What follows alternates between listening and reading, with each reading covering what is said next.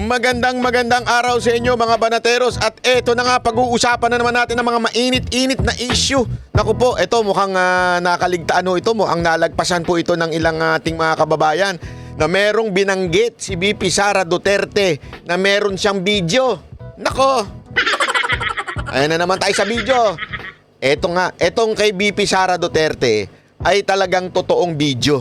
Nako, kasi siya po mismo ang sabi nga niya ilalabas niya. Exciting tong video na to ha. Pero ito i-play ho natin tong kanyang sinabi. At ano kaya itong video na ito? Ito. Related sa kanya. May video pa yun eh. Naku po. Any follow-up, Kat? Tapos sabi nila ako daw yung hindi mapagkatiwalaan. Hindi nga lumalabas yung video. Wala nga nakakaalam ng video eh. Oh, walang nakakaalam ng video ko, hindi siya lang. Naku po, palakpakan. Yan ang maganda. Yan ang gusto ko. Oh, so meron daw siyang video na ang nakakaalam lang ay siya. At hindi nga lumalabas dahil ganun daw siyang mapagkatiwalaan. Ano kaya itong video na ito? Very exciting itong video na ito. Kanino kayang iskandal yan? Sana naman wag dun sa mga lumba-lumba. Ako lang. Video, ma'am. Ma'am, anong video, ma'am? Basta. Ma'am, anong video po yun, ma'am? Ikaw Ay, pag talaga. sinabi ko yung gender, alam mo na kagad kung sino eh. Naku po, patay talaga tayo. Ano masasabi mo dyan, ha? Secretary Abalos? Oh, ano masasabi mo? Ikaw talaga. Anak ka ng tutsang kalabaw. Eto, malinaw pa sa malinaw na meron talagang video etong si VP Sara Duterte. Ang tanong natin, ano kaya itong video na ito? Yan o ang malupit nating tatanungin ngayon. Para ho natin maintindihan kung ano po yung video na yan, kailangan po natin mapakinggan yung konteksto kung paano ba ang pinag-uusapan nila at ano yung question at that time. Kasi mahaba po yung ihimayin nga natin yung press ko ni Madam VP Sara. At mahaba po, marami po siyang topic na pinagsasabi. Kaya nga sabi niya doon sa una, para hindi magulo ha, per topic tayo ha, para hindi tayo yung talon ng talon. Kung ano yung pinag-uusapan dito, biglang tatalon sa iba. Kung ano muna yung topic, yun muna ang pag-uusapan natin. At etong part na to, dito niya sinabing may video siya. Ano ba yung part na yon? Okay? At mamaya, meron akong hinala. Sasabihin ko sa inyo sa ending ha. May hinala ako kung ano yung video na yun, ha? Pero ito muna yung konteksto ng video na yun. Ito. Ito yung tanong na yun, ha? Malinaw, ho. Ito. Sorry. Thank you, sorry. We know we have asked this to you a lot of times and we will be asking this again. Kasi kagabi lang may sinabi doon si former Senator Trillanes ng articles of impeachment. Sino ba sa tingin mo ang talagang nasa likod nitong ugong-ugong? Kasi kami, we always ask the Congress. Ang lagi nilang sinasabi kung meron mga impeachment, naririnig nila, sa'yo daw po. So sorry, we have to ask you again. So, ang topic, impeachment. Okay? Impeachment ang topic dito. Okay? Impeachment.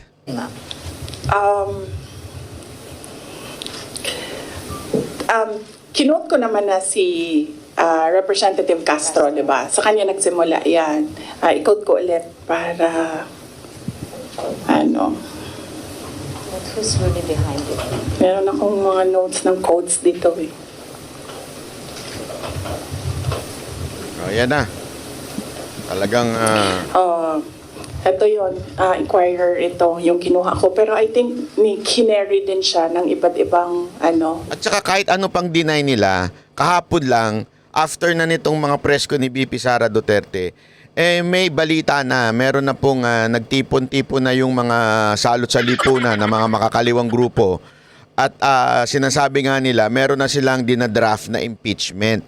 So, sa madaling salita, aminado na meron naman talagang impeachment. Kaya yung mga deny no mga tatanga-tangang mga baguhang congressman, deny sila ng deny na walang impeachment. Ang totoo, may nagdadraft na. Inamin na po yan na mga Makatae Black. Diba? Inamin na po nila na meron na silang dinadraft na impeachment. Okay? So, hindi nila pwedeng i-deny yan. Ituloy. media outlets. The impeachment is especially on the misuse of public funds and technical malversation and violating the 1987 Constitution because a government official is bound to follow the Constitution. So last year pa lang, meron na siyang grounds for impeachment. Kaya sinasabi ko, ginagawa nila ng paraan, pumasok lahat nung kailangan nila doon sa pinag-usapan nila na Nagigets ninyo? So, ganito usually dapat, yung grounds muna. Ano ibig sabihin nun? Yung ginawa mo muna bago ka i-impeach. Okay? Meron ka munang ginawang dahilan na ka-impeachable. Ngayon, baligtad. Ang gusto nila mangyari, matanggal sa posisyon si VP Sara Duterte through impeachment, ang problema, wala silang ebidensya, wala silang dahilan para impeach, pero gusto lang nila. Kaya, naguhukay sila ngayon. 'Di ba? Yan yung ginagawa nila, naguhukay sila, siya nga yung fishing expedition. Kasi nga, hanap sila ng hanap. Ano ba pwede nating gawing dahilan? Kasi gusto nga natin i-impeach. Baligtad Dapat, kaya mo i-impeach ang tao kasi may nagawa siyang hindi maganda. O, 'di ba, na maaring pumasok doon sa grounds for impeachment. Pero dito baligtad. Impeachment muna. Basta gusto ka namin matanggal. Ngayon, kaya nila ngayon pinasok yung confidential funds. Ito, babanggitin pa ni VP Sara Duterte, yung ICC, na pilit siyang ipinasok kahit hindi naman walang nakuhang ebidensya si Trillanes. Pinilit din siya dito sa quote-unquote Quadcom na, yung good governance na medyo may problema sa kanyang departamento, pati itong yung peking Solicitor General, naalala nyo? Kung hindi nyo pa naalala si Solicitor General, panoorin nyo yung nauna kong video dito. Kaya sila naguhukay ng kung ano-anong issue. Ay, dinaig pa si Torre. pounds. And then yes, nagsalita kanina, sinabi ko, one track is impeachment. Nandito si Castro, nandito si Trillanes. Sino, alam ko kung sino, pero hindi ko siya masabi. At the proper time, siguro, pag lumabas na yung story about sa kanya, sasabihin ko. Gets nyo? So sinasabi niya, may impeachment na niluluto si Franz Castro at saka si Trillanes, may nag-utos. Etong si tao. Pangalanan natin itong Jollibee. Kawawa naman si Jollibee. O si Jabi na lang, si Jabi. Pangalanan natin si Jabi. Etong si Jabi, siya daw yung parang pinuno nito. Okay? Si Jabi, ha? Patandaan niyo yung pangalan Jabi. Yung lahat ng alam ko. Pero hindi pa kasi lumalabas dito sa hearing yung pangalan niya Hindi pa daw lumalabas yung pangalan ni Jabi sa hearing. Okay? So, pag merong nagsalita dyan about sa kanya, sasagutin ko, sasabihin ko kung sino. Pagka lumabas na daw yung pangalan niya, that's the time na magsasalita na siya. So, iisa lang ang handler ni Risa Ontiveros, ni Sunny Trillanes, at ni Franz Castro. Yun, isa lang daw. Although si Franz, parang I think she's serving two masters. Yun, nako po. Isa lang daw ang handler nitong tatlong ugak na to. Okay, si Ontiveros, si Trillanes, at saka si Franz Castro. Isa lang ang nag-uutos sa kanila. Mamaya magbibigay ng clue yan si VP Sara Duterte kung sino yung nag-uutos. Sino yan si Jabi na yan. Tapos, si Franz Castro nga lang, dalawa ang master. Alam na natin kung sino yung isang master niya. Yung isa nasa bundok. Alam na natin yon, di ba? Kung sino yung sinusunod ni Franz Castro, pag siya nasa kamera, ginagawa siyang attack dog. At sino yung isa pang master ni Franz Castro, yung nasa gubat.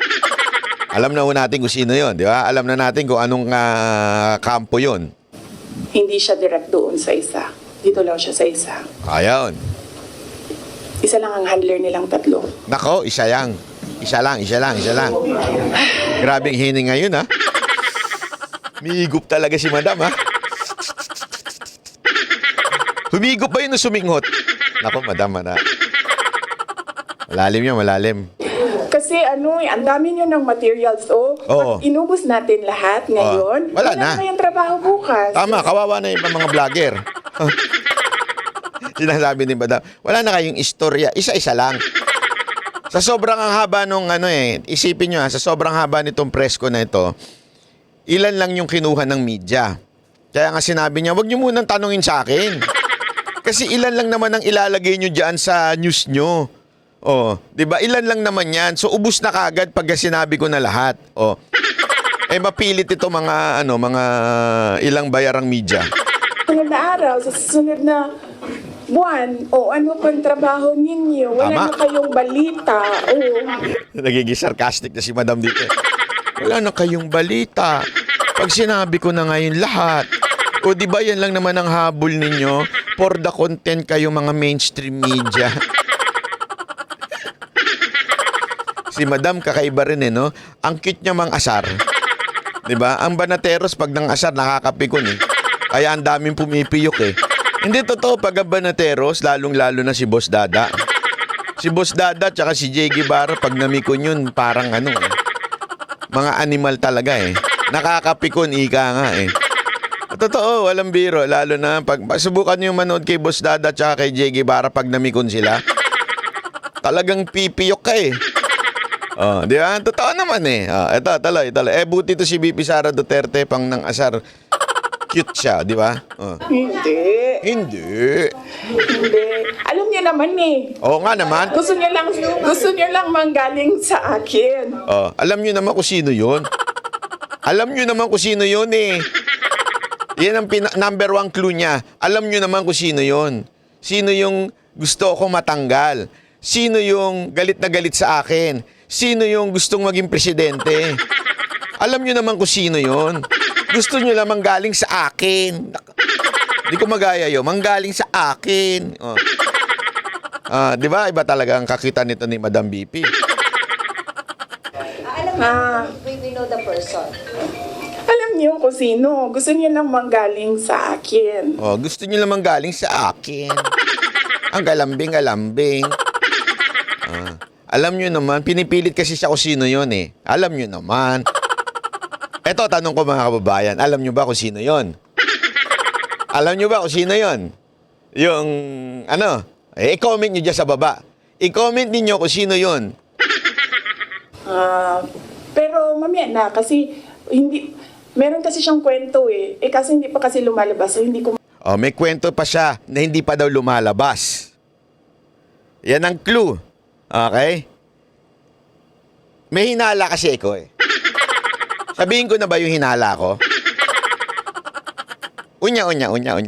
Labas yung kwento. So, hindi pa daw lumalabas yung kwento.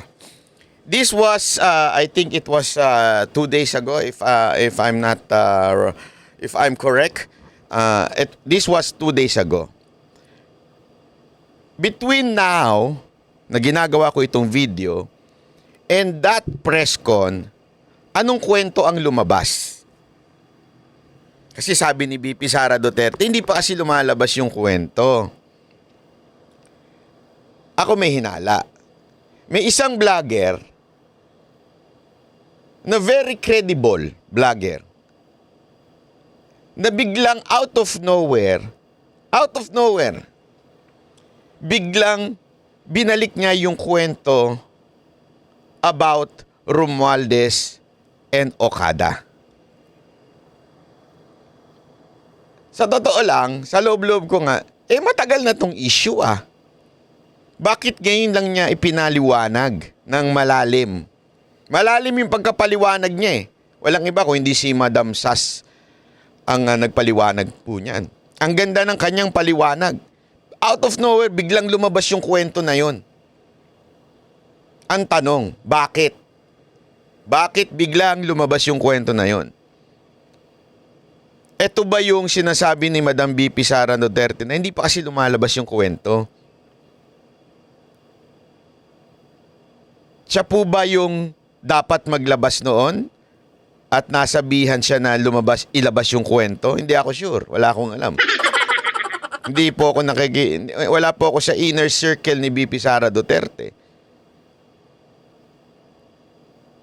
Pero if there is one person na credible maglabas ng kwento tungkol diyan, walang iba kung hindi si Madam Sas.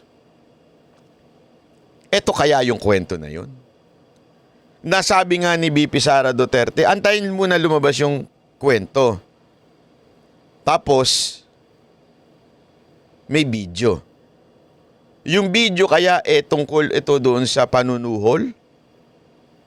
Kasi remember, yung topic na to was from good governance na committee. Ibig sabihin ng good governance sa committee about corruption and good governance. Diba? Ibig sabihin yung magandang pag-govern sa kanyang nasasakupang departamento o nasasakupang circle. Ito kaya yon na sinasabing may video ng nangyaring suhulan? Hindi natin alam. Yan lang po yung, kasi yan lang isa yan sa mga lumabas na kwento after this press con. Tuloy. Sa quad ko? Sa third hearing po ba sa good government po ba lalabas? Or sa quad ko? As a good government. About sa akin, wala naman ako doon sa Quadcom eh. Oh. I think sinubukan natin ni Trillian. Tungkol sa good governance, okay? Yes, yung O sabi good government. niya, mas masahol pa ako kay PRD. Kasi hindi niya ata ma-prove. So, tinigilan niya ako doon sa EJK. So may na-expect kayo, ma'am, na information against sa'yo doon sa good government na hearing? Ano daw? Sorry. So meron kayong, yung hinihintay nyo na kwento, may na-expect Ayan, kayo? may iniintay ba kayong kwento tungkol sa inyo? Bago nyo ilabas yung video, ito yon. Ito sagot ni Madam. Na kwento sa good government na hearing about sa'yo, ma'am? Hindi about sa akin, about sa kanya. Yon! Hindi about sa akin, about sa kanya. Question. Ako ito, tanong ko lang ha. Maaring mali ako dito, maaring mali ako ha. Sinasabi ko na po sa inyo. Hinala ko lang po ito. Kayo, magbigay ko kayo ng komento dyan sa baba. Yung kwento na kaya yun yung kasi about kanya eh. Remember, the Okada issue is about kay Tambi. 'Di ba? Yung kaso doon. Tuloy natin. I mean, yes, about sa akin. Pero, Coming from him. Gearing towards him. related sa kanya. May video pa yun eh. Ayun. Ayan na yung video. Hindi natin alam. Dalawa kasi hinala ko dyan sa video. Doon. Or since they're talking about impeachment, is may video about Tambi, Franz Castro, and Trillanes na nag-uusap na impa-impeach si VP Sara Duterte. So, yun yung dalawang pinaghihinalaan ko. Hindi ko sure kung alin doon sa dalawa. Minsan, mas matimbang sa akin yung about video na kinakausap ni Tambi si Franz Castro at saka si Trillanes about impeachment. Kasi parang sinasabi niya, tungkol sa kanya, pero about sa akin. Ako yung topic. Doon sa Okada, wala naman siya doon sa topic eh. Okay? Kaya lang, hinala ko lang din yun kasi lumabas yung kwento this period. Bigla lumabas yung kwento. Okay? Pero at the same time, pwede rin naman about the impeachment kasi ito'y tungkol sa kanya na nag-uusap sila pero about sa akin. Ako yung pinag-uusapan. So, mamili kayo doon. Option 1, tungkol sa Okada. Option 2, tungkol dun sa impeachment. Okada, impeachment. Ilagay nyo sa comment sa baba kung ano sa tingin ninyo. Any follow-up, Kat? Tapos sabi nila, ako daw yung hindi mapagkatiwalaan. Hindi nga lumalabas yung video. Wala nga nakakaalam ng video eh. Ayan. So, may video, hindi nga daw niya nilalabas. Siya lang ang nakakaalam ng video. So, inaantay niya na i-deny ng kampo ni Tambi na hindi niya inutusan yung mga tao na i-impeach siya. Baka, yun ang kanyang inaantay. Di ba ho? Baka inaantay niya, uy, I-deny ninyo na walang impeachment. Sa kampo wala kay Tambi. That's the time ilalabas niya ngayon yung video. Yun. Wala. Video, ma'am. Ma'am, anong video, ma'am? Basta. Ma'am, anong video po yun, ma'am? Ay, pag sinabi ko yung gender, alam niyo na kagad kung sino eh. Anong video, ma'am? Alam niya naman, di ba? Gusto niyo lang talaga manggaling sa akin. Ma'am, no, hindi po. JC, Kung hindi mo alam, sabi niya. Hindi nyo alam kung sino pa ba? alam mo. Oh. Ha. No, we don't know. Oo, antayin natin. Mahaba kasi yung kwento sa kanya. Tapos pag kinento ko yung parte lang ng question na yan, sayang naman yung ibang chismis. Hindi chismis yan kasi ako yung ako yung may alam. Hindi, iba pa. Oh, is this the Pulburon video? Oh, yung mga umaasa dyan, ha? Sa Pulburon video, hindi po ito yon. Linawin natin, hindi po ito yung Pulburon video. Okay, linawin po natin, ha? Wala pong kinalaman si VP Sara Duterte sa Pulburon video. Okay? Kasi mamaya, i-connect na naman sa kanya yan, eh. Wala pong kinalaman si Madam VP Sara Duterte sa Pulburon video. At hindi, yung bidyong hawak niya, hindi po Pulburon video. Malinaw. Iba pa. Hindi ito yung pulveron. Hindi din. Oh, hindi. din. Oo. Ano ba naman tanong niyan? Politician? Siyempre. Sino ba? Wala na bang question? Ano na ito? question. Ma'am, Fishing so- na ito. Next question. Fishing. Ma'am, yung topic na lang ng video, about saan lang yung video? If not, Next question, Kat. Maraming salamat. Magandang Next question, hapon. Jason. Ma'am, so sa tingin mo ba, VP, instead yung sinasabi nilang, sorry, JC, sorry, Your Honor, dapat hindi ko ma-recognize. So ang sinasabi mo, VP, imbes yung sinasabi nilang you're making diversionary tactics, ikaw yung nagiging diversionary Ako yun. tactics nila Ako yun. Kasi, tingnan nyo, sa totoong problema. ako mayor ako ng 3 terms. Noong simula ng term, pinag-uusapan na kaagad namin ng council yan. Ano ba ang landmark legislation ninyo for this 3 years? Nakikita nyo ba na meron silang landmark legislation? Mula. Oh, sinong tinutukoy niya dito? Yung Kamara. Yung Kamara, yung Congress, wala silang plano. Yung goal, ika nga. Sabi nga niya, in example niya, yung pagiging mayor niya, pag ikaw mayor, pag tungtong mo, meron ka na kaagad 3 years na goal. Ito yung mga legislative, ito yung mga ordinance, ito yung mga kailangang proyekto maayos, ito yon. Sinasabi ngayon ni VP Sara Duterte dito, sila, yung Kamara, wala silang legislative agenda. Wala silang gustong mangyari na batas na may pasa. Iisa lang ang gusto nila, i-impeach si VP Sara Duterte. Kaya nga, ginagawang distraction itong si VP Sara Duterte para sa kakulangan ng trabaho nitong mga kongresista natin. Yung mga congressman, hindi nila ginagawa yung trabaho nila. At ano ang kanilang distraction? VP Sara Duterte, Alice Guo, Cassandra Ong, nililigawan yung dalawa, pambihirang buhay ito. Oo. 'Di ba? Ganon sila kawalang-ya. Inuubos nila yung oras ng mga kita niyo yung mga tao sa DepEd, wala na nagawang trabaho yun. Sa kakaupo nila doon.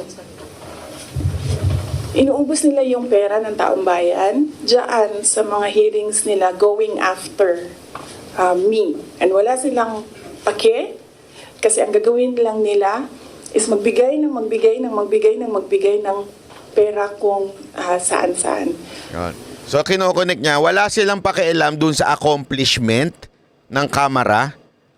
Ang para sila maiboto uli, namimigay lang sila ng ayuda. Okay? So sa madaling salita, ganito ginagawa ng Kamara.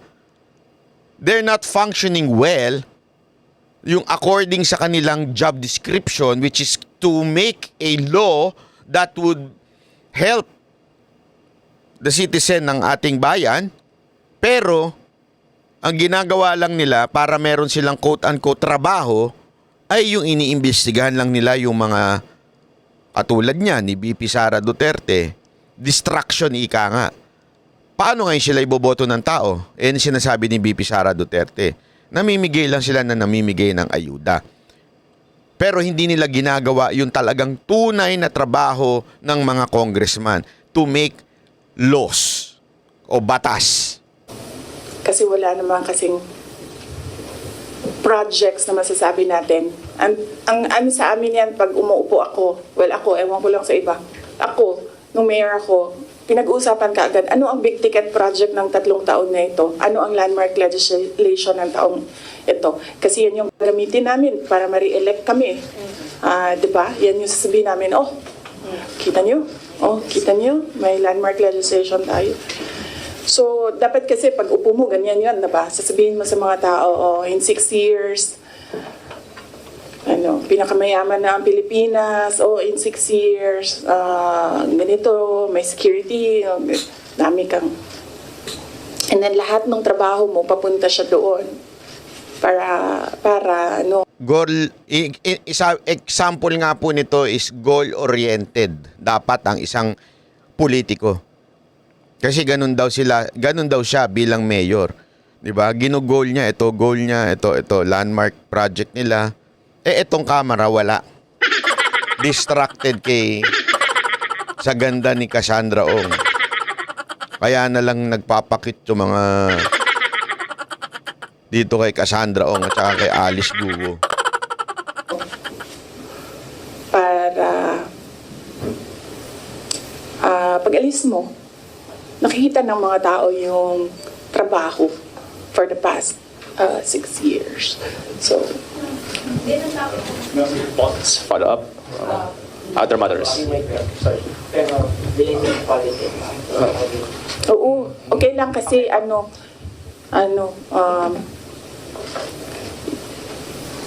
inano niyo yung traffic para pumunta dito. So, kunin niyo na lahat. Thank you, Kunin niyo ma'am. na lahat ng mga kailangan ninyo. Ma'am. Huwag lang about siya. Okay. Sino kaya siya? Ayan na yun, ayan o. So mga kababayan, ito, malinaw na malinaw dito ha. Yung issue sa video na yan.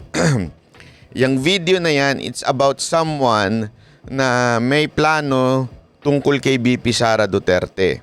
Ano kaya yan? Ulit, balik tayo doon sa dalawang iniisip ko. Yung Okada video na maaring may video na tungkol doon kasi yun yung kwento, maaari, hindi ako sure. Pero ang mas leaning ko is doon sa impeachment na kung saan inutusan ni Jabi etong mga alipores niya para gumawa ng impeachment complaint. Kasi paulit-ulit na dinideny, lalo na yung mga tinatawag nilang young guns sa Kamara, yung mga batang nagmamagaling dyan. Nakakala mo ang galing-galing. Yung mga bagong saltang congressman dyan. Yung mga young guns na yan na siguro inutusan ni Tambi na tirahin si BP Sara Duterte tapos panayan din ay wala namang impeachment. Excuse me po. Sigurado, sabi nga ni BP Sara Duterte, meron siyang hawak na video. Maari kayang yung video na yun inutusan ni Tamba, itong dalawa, si Franz Castro, si Ontiveros, at saka si Trillanes. Tandaan ninyo, etong tatlo na to, mga kandidato uli ito. So, ibig sabihin po, kailangan nila ng pondo. Alam naman natin, di ba? Sabi nga, hari ng pondo. Ay, hari pala ng tondo yun. Wala pa sa tono. Hari ng pondo. Hindi totoo naman, di ba? Alam naman natin kung sino yung hari ng pondo na tinutukoy ni Madam BP Sara Duterte. Dalawa lang naman yan. Si Specker at saka si Saldico. Yan ang tinutukoy po ni Madam BP Sara Duterte na hari ng pondo. So, ibig sabihin, kung ikaw ay kandidato uli at ikaw ay kailangan mong magastos ang tumakbo bilang kandidato, magastos po. Sobrang laking gastos para ikaw ay kumandidato, kongresista. Ang tindi ho ng laban yan. So, kailangan mo talaga ng malupit na ayuda. Alam na natin yan. Malupit na ayuda, malupit na proyekto, at para ipamudmud dun sa mga constituent mo at ipagmamalaki mo ngayon sa'yo. Di ba? Kaya, mga kaibigan, abangan po natin itong video na to. Exciting. Ito ang exciting na video. Kasi itong video na to, sigurado ako, sabi nga niya, siya mismo alam niya yun. Siya mismo may hawak ng video na yun. Aminado siya. Hawak niya mismo yung video, hindi nga niya nilalabas eh. 'Di ba? Pero pag dumating yung panahon na lumabas yung kwento, magsalita siguro si Javi na hindi niya inutusan na impeachment, aba ilalabas niya siguro ito. Yan siguro. Hindi ako sure pero yan ang aking hinala. Kung ano ang inyong hinala, i-comment nyo lang po dyan sa baba. At nang mabasa natin yan, ha? At tingnan ninyo kung ano nga ba yung video na yan, okay? So maraming salamat po. Ako po si Banat Bay. Thank you, bye-bye. Yan ang Banateros, boses ng ordinaryong Pilipino. Banateros ay walang makaka